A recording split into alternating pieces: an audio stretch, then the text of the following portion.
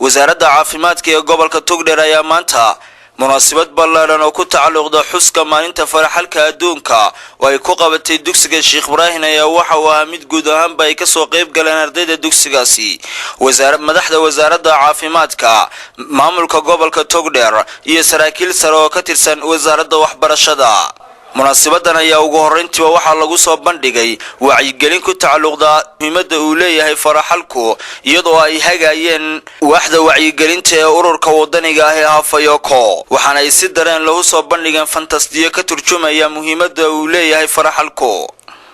isduwaha wasaaradda caafimaadka ee gobolka Togdheer iyo maamulaha dugsigaasi ayaa iyaguna halkaasi ka hadlay isla markaana ku ogaadiyay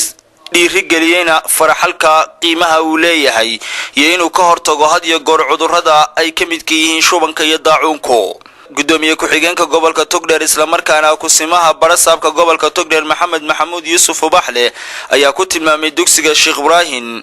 mid had iyo goor ka qayb qaata horumarka iyo dhiirigelinta barnaamijyada bulshada lagu badbaadinayo munaasabadaasi ay hageysay wasaaradda caafimaadku ee ku tacalluqday xuska faraxalka adduunka intii ay socotay waxa uu halka maamulaha dugsigaasi Cabdiraxmaan Axmed Cawad uu ku soo bandhigay in dugsigiisu yahay kii u horeeyay ku dhawaaqa lacag xaddigeedu dhan yahay $3,500 oo ay ardayda dugsigaasi ka soo ururiyeen saacahooda oo ay ugu tala galeen in ay kaga qayb qaataan dhismaha wadada Ceerigaabo oo qarankan u baahan yahay isla markaana ay kala midaysan yihiin guud ahaanba